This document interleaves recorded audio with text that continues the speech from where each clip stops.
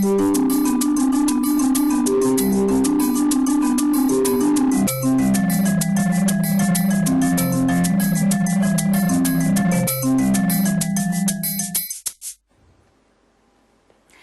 telespettatori, buongiorno e ben ritrovati ad una nuova puntata in diretta in compagnia di Ore 13. Parliamo oggi di salute e in particolare di vaccinazioni pediatriche, un tema certamente molto delicato anche perché l'inizio della scuola, come sapete, è alle porte e per i bambini che non sono a regole, che quindi insomma non sono stati vaccinati, insomma viene fatta decadere l'iscrizione ai nidi alle scuole di infanzia. Allora, cosa sapere, come comportarsi, insomma, perché vaccinare i bambini? Ne parliamo quest'oggi in compagnia dei miei ospiti. Do il benvenuto al dottor Sandro Cinquetti, direttore del servizio Igiene e Sanità Pubblica ULSS 2 Marca Trevigiana. Ben trovato, dottore. Lei.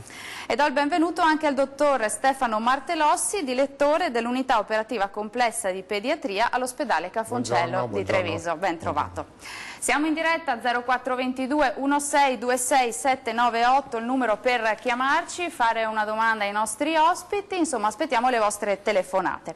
Allora parto da lei, dottor Cinquetti, perché insomma dato di questi giorni sono cresciute nel 2018 le coperture vaccinali nei bambini e negli adolescenti in Italia rispetto al 2017, quindi un dato certamente positivo, un trend in crescita, in aumento per quel che riguarda le vaccinazioni, è così? Sì, questa mattina insieme col dottor Ramigni, che è il responsabile dell'epidemiologia, abbiamo calcolato gli ultimi numeri proprio per questa trasmissione, registrati al 31 agosto 2019, parliamo dei nuovi nati dell'anno 2017, cioè quindi i bambini che stanno sviluppando il loro ciclo vaccinale, che come sappiamo si sviluppa nel primo, nel secondo anno di vita prevalentemente, con poi richiami nelle fasi successive, e stiamo registrando un incremento di mezzo punto percentuale di copertura per difterite, tetano, pertosse, poliomielite, 3 dosi, quindi copertura piena, e di quasi 2 punti percentuali, 1,5 punti,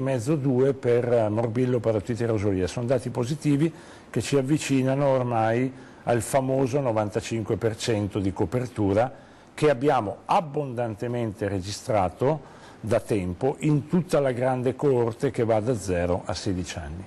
Ecco, questo 95%, questo numero percentuale è una soglia di sicurezza, insomma, detta così?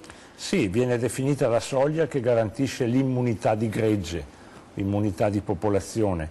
Non va presa come un numero assoluto, ecco, non è un numero perfetto. Per tetano non esiste questa soglia, ogni bambino non vaccinato corre lo stesso identico rischio sia che sia vaccinato il restante 99%, sia che sia vaccinata una piccola percentuale, perché il tetano ha una responsività individuale ed è legato all'esposizione diretta. Per malattie come il morbillo arrivare al 95-96% di copertura può essere molto importante.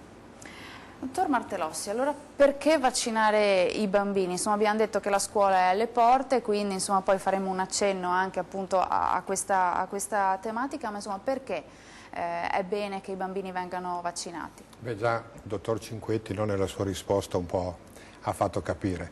Le vaccinazioni sono l'atto medico per prevenire, più efficace, per prevenire una serie di malattie che sono incurabili, pensiamo alla poliomielite, per il quale non esiste un farmaco quando la malattia avviene, ad alta mortalità o morbidità, quindi con un'alta percentuale di soggetti che possono morire o possono avere esiti, a malattie molto diffusibili, pensiamo al morbillo, con un'altissima contagiosità, ma anche la stessa poliomielite, e poi esistono le vaccinazioni che servono a prevenire malattie più rare, non così diffusibili, ma molto gravi, con alta mortalità, le vaccinazioni per il meningococco, e poi esistono anche delle vaccinazioni, che è bello ricordarlo, che servono anche a prevenire malattie croniche o anche tumori, e sono la vaccinazione per l'epatite B e la vaccinazione per il papilloma virus. Quindi ci sono molti motivi per vaccinarsi. La vaccinazione è certamente l'intervento sanitario più sicuro, in cui diciamo i rapporti costi-benefici, e dopo magari ne parleremo, sono a favore dell'intervento, e vorrei finire per dire che vaccinarsi significa proteggere se stessi, proteggere i propri cari, i propri familiari, proteggere il proprio paese e proteggere tutto il mondo, perché dobbiamo ricordarci anche di questo: ormai il mondo è piccolo, ci spostiamo e malattie che qui non conosciamo in altre parti del mondo possono essere endemiche, e quindi veramente la vaccinazione significa prendersi cura di se stessi, di tutti le persone a cui si vuole bene. Lei ha nominato la poliomielite, non si sente più moltissimo, insomma, nominare questa malattia, fortunatamente. Un tempo forse era stata più diffusa. Beh, diciamo che negli anni 50 e 60 e fino agli anni 63-67, quando poi nel 67, ricordiamoci, il vaccino per la poliomielite è diventato obbligatorio, già un paio di anni prima però era offerta la vaccinazione per la poliomielite, era una malattia frequentissima, lo posso dire, io vengo da un ospedale pediatrico a Trieste, bene, era al Burlo Garofalo, e 2 piani dell'ospedale erano dedicati solo ed esclusivamente alla poliomielite. È una malattia per cui l'organizzazione, quindi fortunatamente non la vediamo più perché ci vacciniamo. Esistono ancora 3 paesi in cui la poliomielite è endemica, purtroppo, mi pare che sia la Nigeria, l'Afghanistan e ancora un paese. L'Organizzazione Mondiale della Sanità ha l'obiettivo dell'eradicazione della poliomielite dalla faccia della terra. Questo è possibile. È già stato fatto, è stato fatto già con il vaiolo, non dimentichiamoci che il vaiolo non esiste più, e quindi la poliomielite, essendo una malattia per cui la trasmissione è solo tra uomo e uomo, se ci fosse una copertura mondiale molto alta, potrebbe essere una malattia eradicabile. Non dimentichiamoci cos'è la poliomielite. Rubo ancora 10 secondi. Chi è un po' più in là con gli anni, non vecchio, basta avere 50-60 anni, ha visto la poliomielite o conosce delle persone che hanno gli esiti della poliomielite.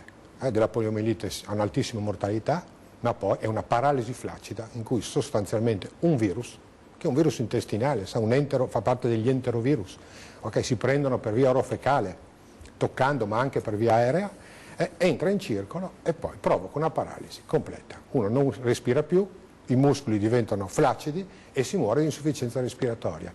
Chi sopravvive, non tutti muoiono, hanno un esito, e l'esito è la paralisi, e quindi ci sono persone in sedia a rotelle con una paralisi di un braccio, con una paralisi di una gamba, e ci sono ancora, basta andare a parlare con le persone un po' più anziane che hanno la memoria di quello che erano queste malattie che fortunatamente noi non vediamo più. Senta, dottor Cinquenti, insomma, parliamo di quello che è l'attuale calendario vaccinale. Quali sono le vaccinazioni che oggi vengono eseguite? Il calendario vaccinale è un calendario, diciamo, ricco, importante. Do un numero: noi nella nostra provincia ogni anno eseguiamo 200.000 vaccinazioni, esclusa la vaccinazione antinfluenzale, per la quale dedichiamo 140.000 somministrazioni. Quindi stiamo parlando di numeri importanti. Ecco, non c'è una prestazione, diceva giustamente Stefano Mertelossi prima, medica con questi numeri dal punto di vista della frequenza, no?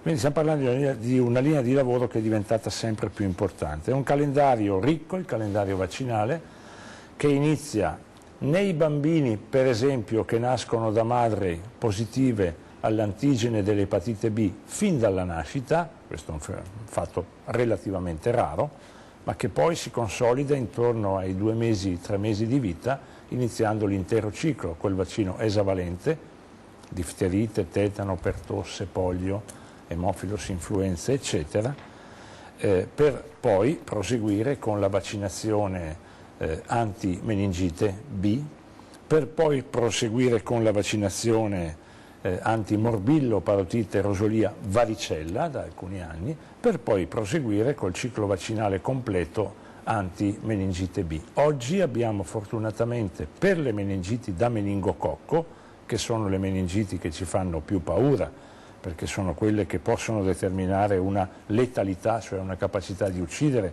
o di danni permanenti, ne abbiamo anche evidenza televisiva qualche giorno, no?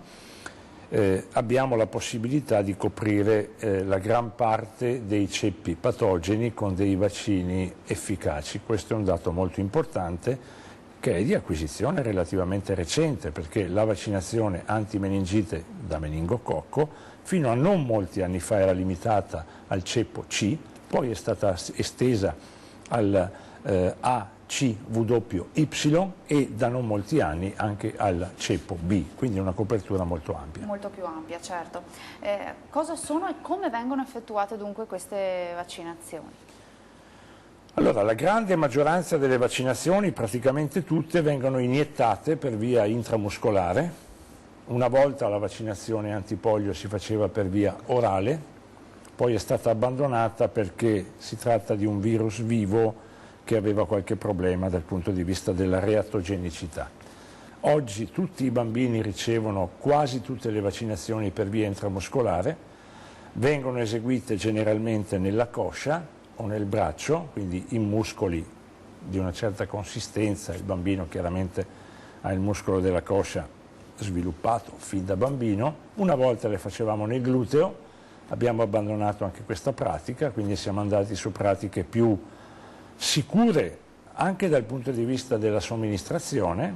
La vaccinazione determina poi una risposta immunitaria, il bambino quindi riconosce l'antigene vaccinale quasi come se fosse la malattia, ma non lo è, prepara gli anticorpi, quando e se dovesse arrivare il germe o il virus responsabile della malattia lo individua e lo combatte subito. Per alcuni vaccini però è necessario anche fare dei richiami, cioè ripetere la somministrazione a distanza di tempo, no? Grosso modo abbiamo due grandi categorie di vaccini: i vaccini vivi attenuati, non sono solo vivi, si chiamano vivi attenuati perché assomigliano al vaccino, al virus proprio della malattia. In genere sono vaccini virali, morbillo, parotite, rosolia, varicella, che vengono somministrati, possono essere somministrati di fatto in un'unica dose.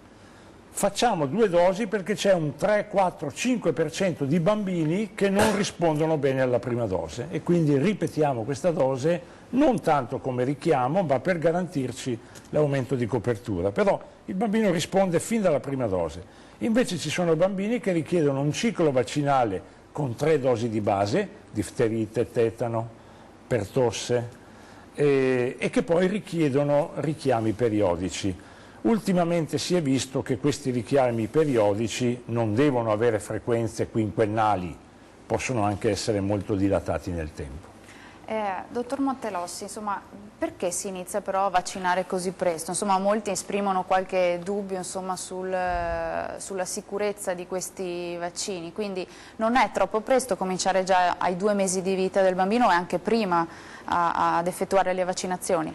No, non è troppo presto perché già la nascita, come ha detto il dottor Cinquetti, nel caso della vaccinazione, quei pochi bambini che vengono vaccinati per l'epatite B, perché a rischio di epatite B, diciamo trasmissione perinatale, e poi a 2 mesi il sistema immunitario è già in grado di rispondere bene a questo piccolo carico di antigeni a cui il sistema immunitario viene sottoposto.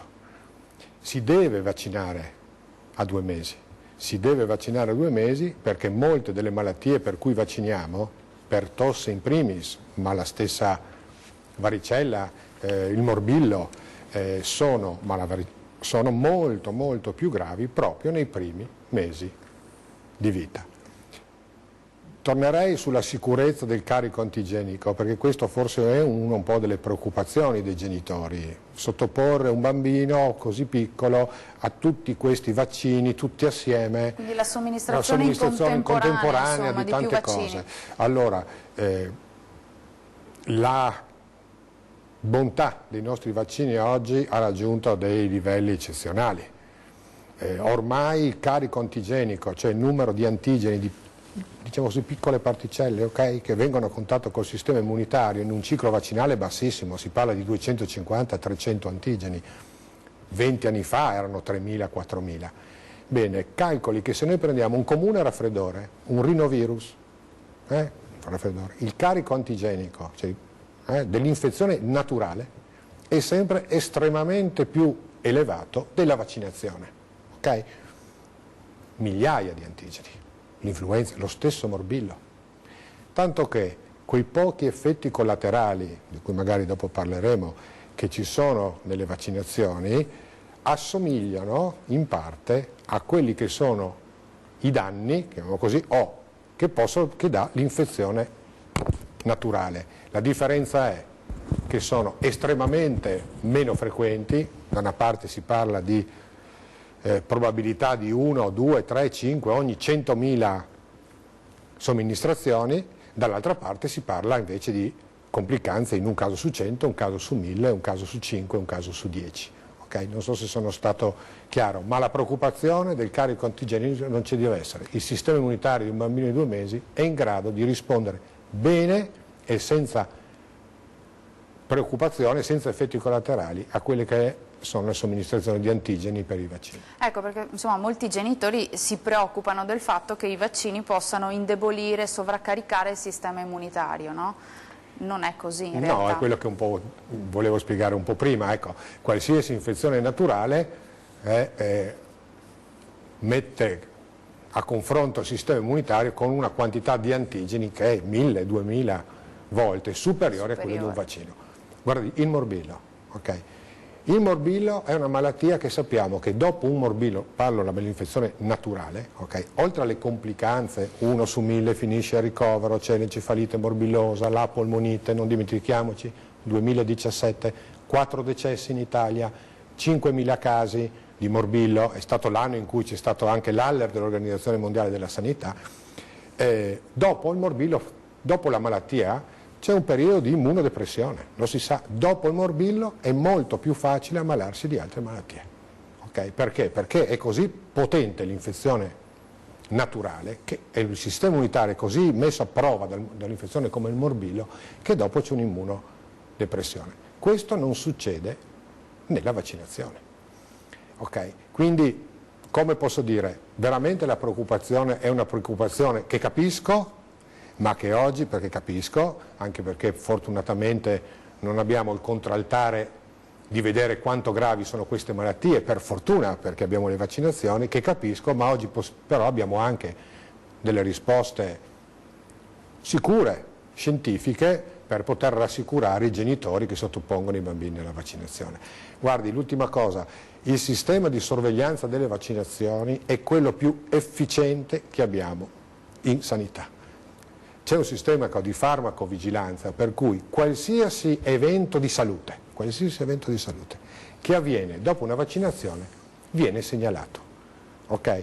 Alla segnalazione poi giustamente ci deve essere una valutazione per vedere se c'è veramente un rapporto con la vaccinazione e dopo si selezionano quei pochi casi in cui veramente c'è l'effetto avverso. Anzi, è successo a volte il contrario, questo sistema di farmacovigilanza così stretto, casomai ci ha messo in allarme, in allerta per effetti collaterali delle vaccinazioni che poi non si sono rivelati efficaci. È giusto che sia così, ma per dire che l'attenzione sugli effetti avversi è altissima. Nessuno... E che quindi insomma viene tutto strettamente monitorato. Assolutamente sì. Noi ci fermiamo per una prima breve pausa di pubblicità, rimanete con noi, a tra poco.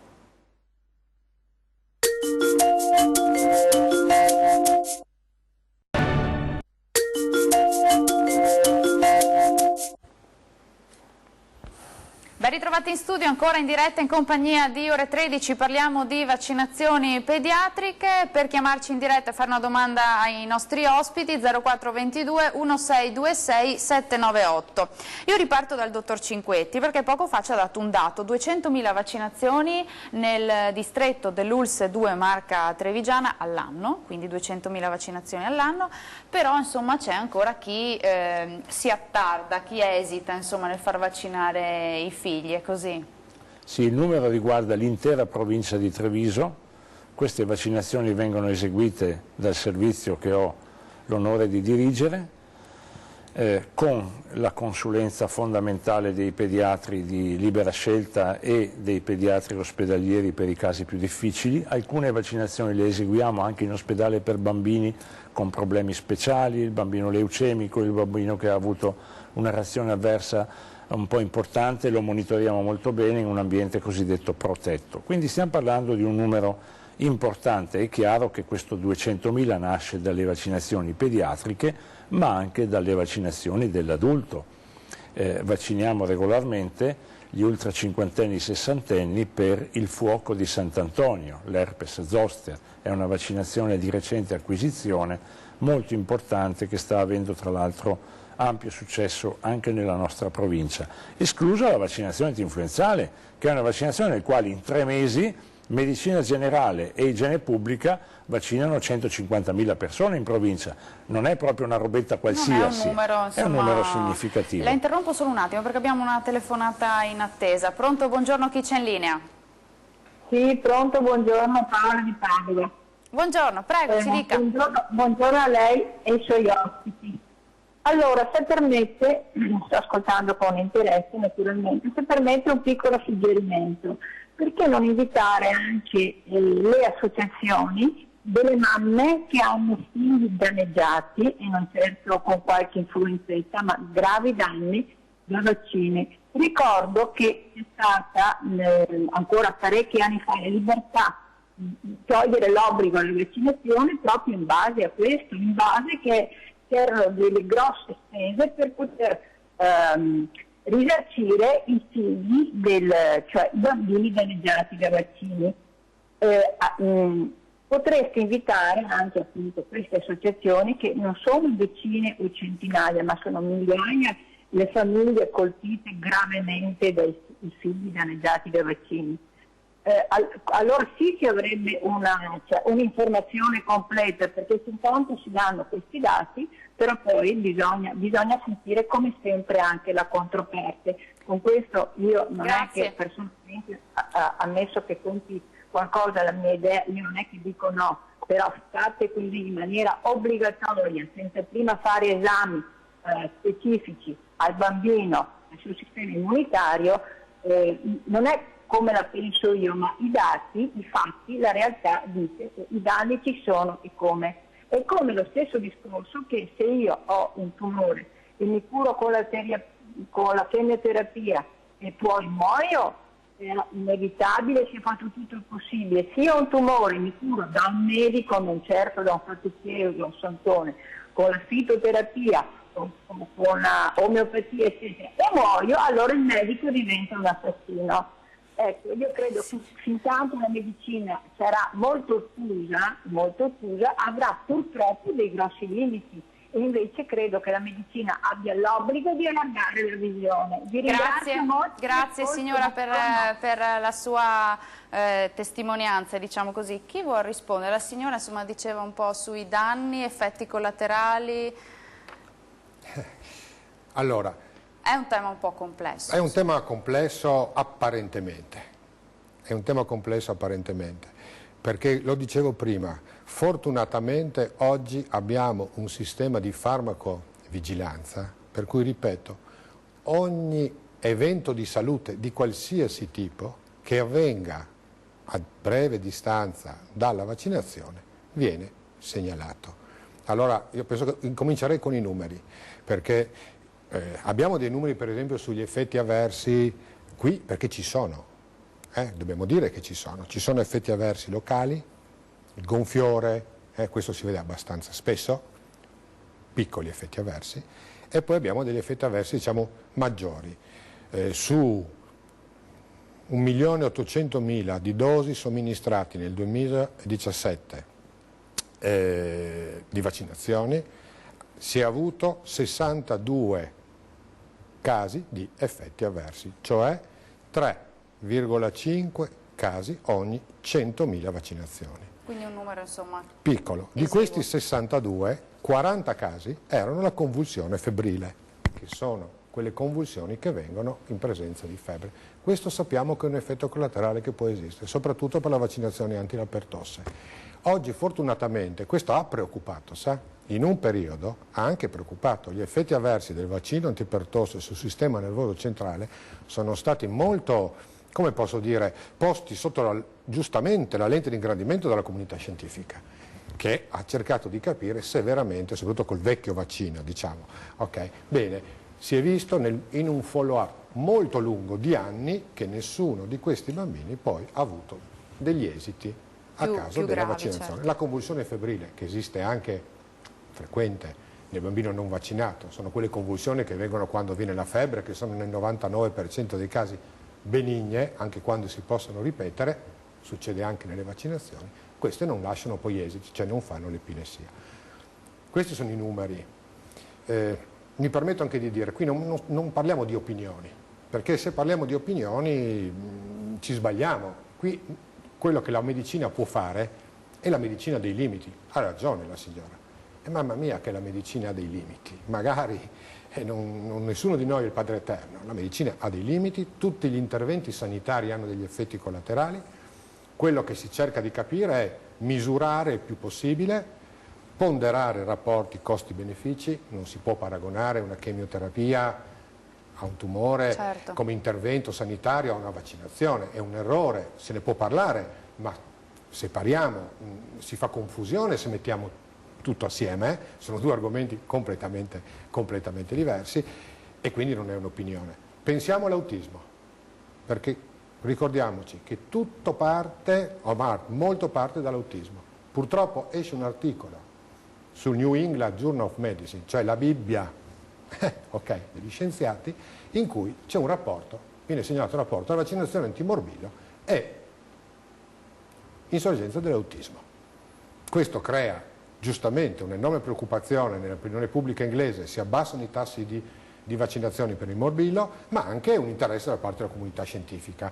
Bene, dopo anni si scopre che quel lavoro era un lavoro taroccato, okay? Cioè, i dati erano stati imbrogliati, il medico inglese è stato radiato dall'ordine dei medici, tutti gli altri lavori che sono stati fatti successivamente hanno negato questa associazione. Però nell'opinione pubblica rimane quell'idea che il vaccino sia legato all'autismo. Per forza, purtroppo perché la medicina qualche volta sbaglia.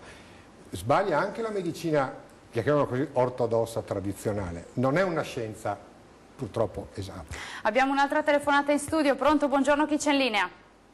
Dario della provincia di Trento, buongiorno. Buongiorno, prego Dario.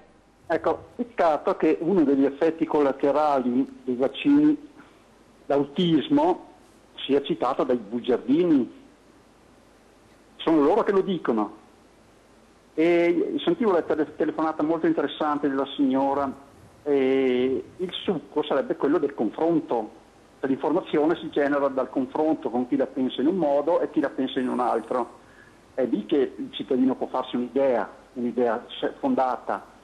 Ecco, io leggevo ultimamente un libro di un noto virologo italiano, un tal professor Roberto Burioni. La congiura dei somari si intitola questo libro. E i somari sarebbero quelli che si fanno domande. Chi si fa domande critiche è paragonato a un somaro. Perché? Perché facendosi domande critiche e non essendo addetto ai lavori, tu non puoi farti domande critiche. Allora io... Dario, lei ce l'ha una domanda per i nostri ospiti invece? Sì, no, io tramite Facebook ricordavo al dottor Burioni un noto proverbio: l'asino raglia, il somaro raglia perché vuol fieno e non vuol paglia. E ho provato a spiegargli la differenza tra paglia e fieno. Risultato, i miei commenti sono stati cancellati e io sono stato bannato. E questa è la procedura. E sentivo anche, forse conoscerete un noto immunologo, il dottor Fabio Franchi, uno tra i tanti. Ecco, io l'ho sentito diverse volte e la situazione non è così leggera come la presentano, come la sentivo presentare anche adesso. E soprattutto che questa gente, a cominciare dal dottor Franchi, lamenta nel fatto che la discussione con chi ha dei dubbi non è mai fatta sui dati. Allora facciamo grazie Dario, facciamo rispondere, grazie Dario, facciamo rispondere i nostri ospiti. Chi vuole aggiungere qualcosa? Perché insomma il telespettatore diceva anche poi nel bugiardino c'è scritto questo collegamento, come dicevamo. Cosa sì, si allora può i aggiungere? bugiardini nascono da un percorso, diciamo, di preparazione dei vaccini complesso che prevede anche l'obbligo di segnalare casi correlati temporalmente, non correlati causalmente. È un argomento complicato, non lo affronterei. Certo. Tornerei al tema del dibattito. Allora, intanto queste due telefonate attestano che il dibattito c'è, perché attorno a questo argomento si crea sempre molto interesse, ed è l'interesse proprio della medicina dei sani. Quando noi siamo malati corriamo e accettiamo effetti collaterali dell'antibiotico, qualche errore, cioè, accettiamo tante cose. Quando noi siamo sani non abbiamo voglia di essere disturbati, quindi in qualche modo è comprensibile che ci sia la preoccupazione, però va anche detta una cosa, c'è una grande differenza tra l'esempio che ha fatto la signora, porta esempi anche drammatici, la terapia del tumore, in cui io adulto posso decidere di sospendere una terapia per me stesso, perché io dispongo in qualche modo della mia salute, pur avendo questa decisione ricadute non trascurabili a volte sulla famiglia. Quello che non posso fare è decidere di sospendere terapie importanti per i miei bambini, perché queste sono scelte molto rilevanti. La salute dei minori, anche giuridicamente, è un bene indisponibile, non è un bene a disposizione dei genitori, è un valore assoluto.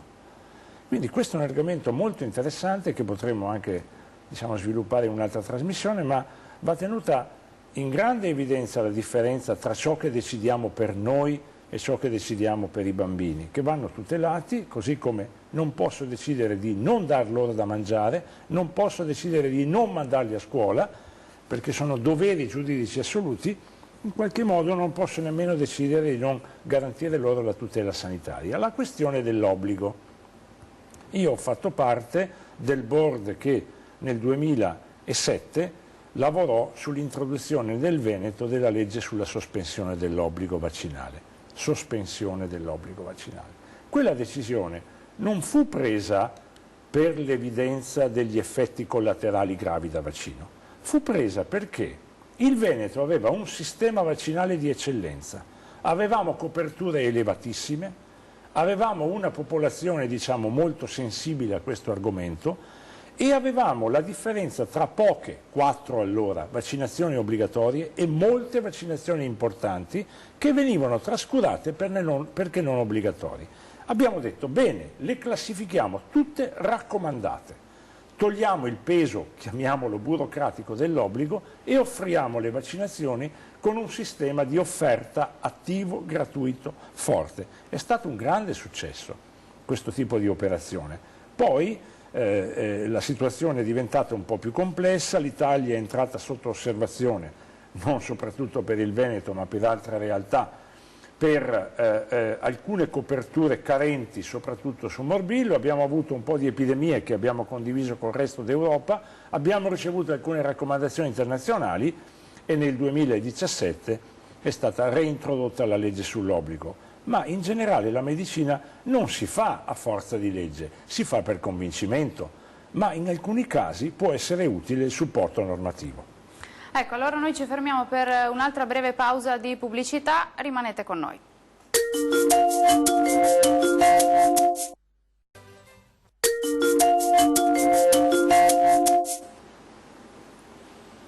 Ben ritrovati in studio, ore 13, dottor Cinquetti, insomma, quali e quanti sono i bambini non vaccinati nella provincia di Treviso? Ci siamo lasciati con questa domanda poco fa.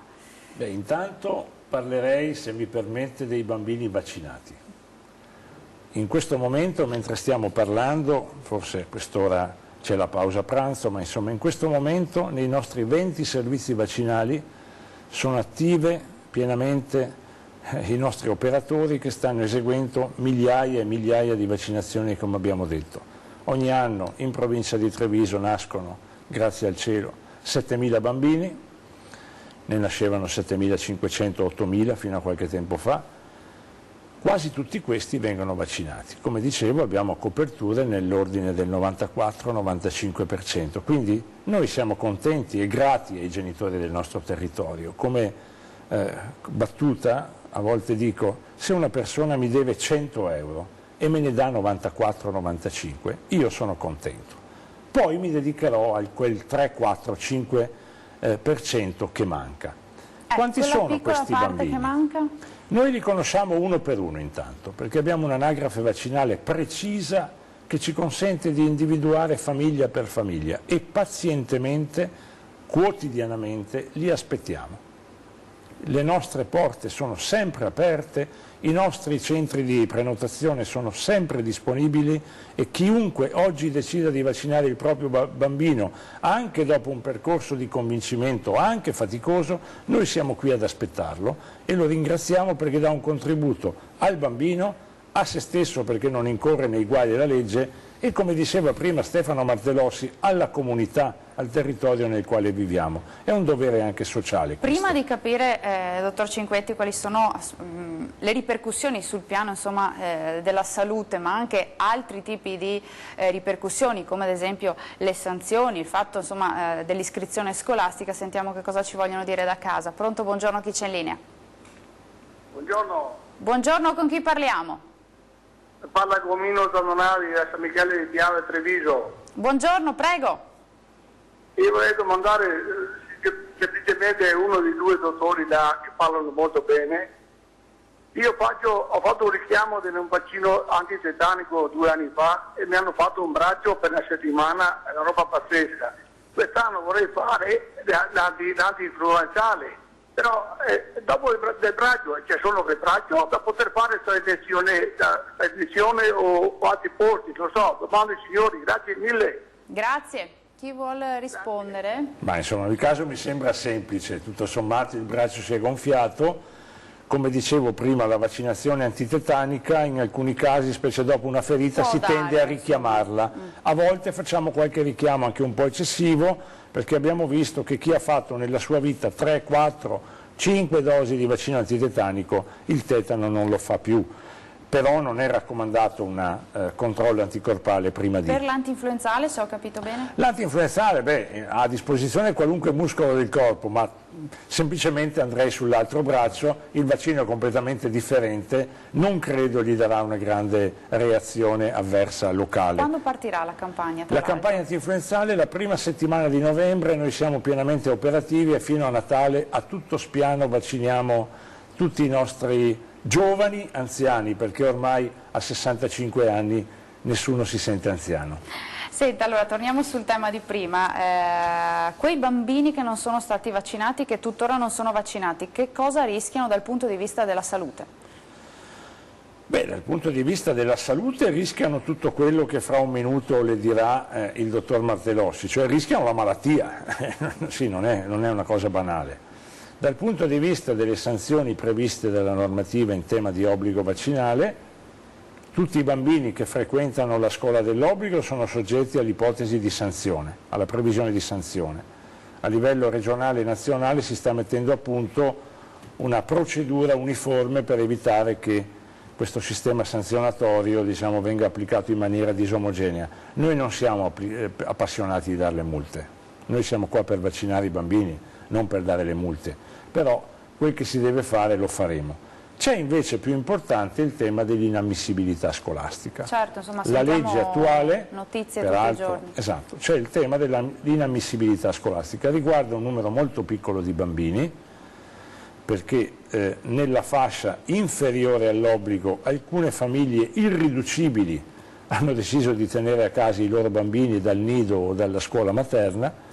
Per coloro che invece portano i bambini al nido o alla scuola materna è necessario avere avviato il ciclo vaccinale o avere un appuntamento pendente.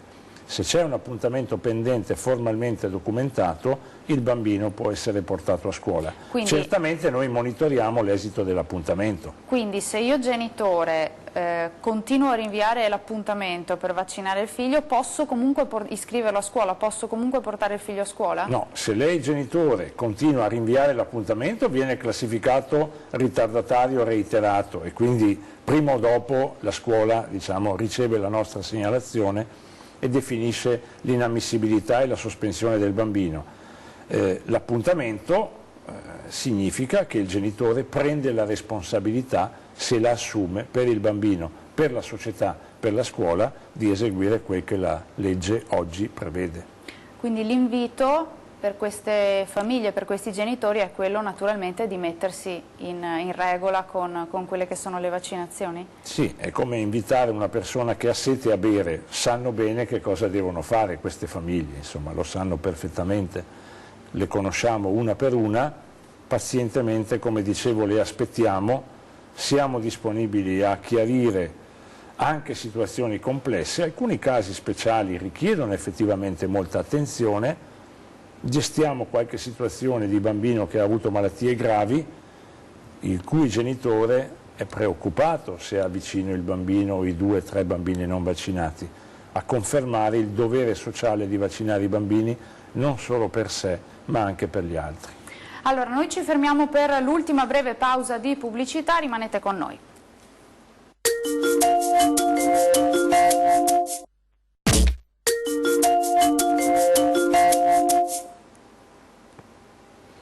Ben ritrovati in studio, ultima parte di ore 13, vaccinazioni pediatriche, il tema di quest'oggi. Io riparto dal dottor Martellossi, no? Perché stavamo dicendo, fortunatamente, insomma, la fetta di bambini non vaccinati nella provincia di Treviso è esigua, come abbiamo detto, ma che cosa rischiano appunto questi bambini? I bambini che non si vaccinano? Beh, possiamo dire 2 cose. Allora, intanto per le malattie abbiamo visto che i vaccini sono un po' diversi, ok? Ci sono dei vaccini di malattie molto contagiose in cui è importante l'immunità di gregge, poliomielite, morbillo, soprattutto, come esempi. Beh, quei pochi bambini, perché fortunatamente sono pochi, lo erano pochi anche prima dell'obbligatorietà, voglio rimarcare questo, la maggior parte dei genitori, delle persone che si informano come gli altri, ricevono le informazioni che permettono di fare la scelta consapevole e giusta, che è quello di vaccinare i loro figli. Questi pochi bambini per queste malattie probabilmente rischiano poco perché sono difesi dagli altri vaccinati attorno e quindi il virus non ha la possibilità di penetrare all'interno della popolazione. Rischiano però di essere scoperti da quelle malattie che non sono difese dall'immunità di gregge, il tetano. Quella è una malattia, c'è stata una bambina che quasi poco tempo fa a Verona, quasi deceduta. Il tetano non c'è immunità di gregge, si prende da una spora che è presente circa dappertutto, la quale si può penetrare anche da una ferita molto piccola e che oggi non esiste più in età pediatrica. Quindi rischiano poco perché fortunatamente la maggior parte della popolazione consapevolmente certo. si vaccina.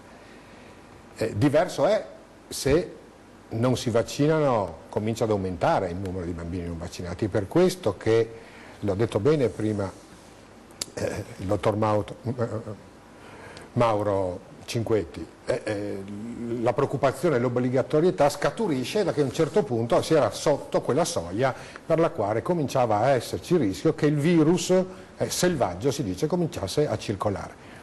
Certo. Quindi se non si vaccinano pochi, 3, 4, 5%, beh, i danni sono pochi, singoli, relativi, contenuti, può essere il singolo bambino, qualche volta anche il singolo bambino sfortunato che non può vaccinarsi perché magari ha un tumore. Se questa percentuale aumenta, il rischio aumenta di molto fino a diventare altissimo qualora nessuno si vaccinasse. Perché, scusa, Prego. Anche rispondendo ai 2 interventi di prima, che rispetto, perché capisco, a noi manca sempre il termine di paragone. Il termine di paragone è cosa fa la malattia naturale, cosa fa la poliomielite, cosa fa il morbillo in un paese, quando c'è un'endemia, magari in un paese povero, Cosa fa la difterite? Se uno vede un caso di difterite, ma anche un caso di pertosse, un bambino a 1 mese, vi assicuro che il giorno dopo vengono vaccinati. Tanto che quando c'è la meningite ci sono le file davanti agli uffici di vaccinazione che tutti improvvisamente vogliono vaccinarsi. Allora abbiamo una telefonata, pronto? Buongiorno, chi c'è in linea? Sì, buongiorno, sono Sante da Oderzo. Buongiorno, prego. Vorrei intervenire qua per quanto riguarda questi discorsi delle punture, delle vaccini che sono obbligati. È un obbligo, no? La vaccinazione è un obbligo. Chi non lo vuole fare si renderà poi responsabile per i loro fatti, scanner sostituiti, di tetano, di tante altre malattie che oggi quasi noi nel Veneto o in Italia, insomma, le abbiamo quasi eliminate queste malattie infantili che poi ci portano, naturalmente hanno portato anche diversi bambini alla tomba insaputamente. Ma visto che c'è questo obbligo, perché la gente non riesce a capire che si devono fare questi, così diventano immuni e siamo a posto? Adesso per qualcuno che non si fa una puntura noi dobbiamo superare queste cose. È facile, bisogna rifare una legge tra il quale si dice chi ha fatto l'intervento, chi ha fatto quello che doveva fare, che è stato prescritto di farlo, e lo deve fare. Chi non lo ha fatto, che si trova dopo a avere questa malattia, o tetano, o ipertosse, tospagana, también ne hai, quello che è, si pagano le proprie attese nell'ospedale e le malattie che vengono a seguirsi, allora, devono pagare il ticket. Aspetti perché ha messo tanti argomenti, insomma, per rispondere a Sante io faccio una domanda a lei, perché supponiamo, insomma, di non vaccinare nessun bambino in Italia per 1 anno, che cosa succede? Io ringrazio Sante, che dalla voce mi sembra anche avere, diciamo, una persona non più in tenera età, perché credo che le persone come Sante abbiano la memoria di cosa significava non avere le vaccinazioni e ammalarsi di quelle malattie che le generazioni più giovani fortunatamente non vedono più. Hanno pochi dubbi i nostri anziani che hanno visto quelle malattie dell'utilità delle vaccinazioni. Beh, se noi non vaccinassimo più nessuno bambino, mettiamo in tutta Italia, in circa 1 anno e mezzo avremo 600-700 persone non vaccinate. Beh, quello che è sufficiente per permettere al virus, facciamo un esempio classico, per esempio della poliomielite, di cominciare a di poter diffondersi. Basterebbe che una persona che va all'estero o ritorna in Italia, perché il problema siamo anche noi che andiamo all'estero, non sono solo le persone che vengono dall'estero, noi ormai viaggiamo nei paesi del terzo mondo per lavoro, per divertimento, per impegni familiari, e che arriva un caso di poliomielite, questo troverebbe immediatamente la possibilità di diffondersi. C'è già successo questo, è già successo nel mondo. Non c'è bisogno di aspettare questi esempi.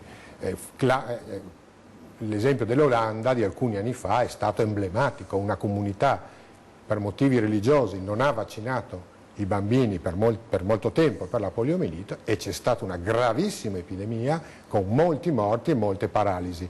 Nei bambini olandesi vaccinati in tutta l'Olanda c'è stato un solo caso.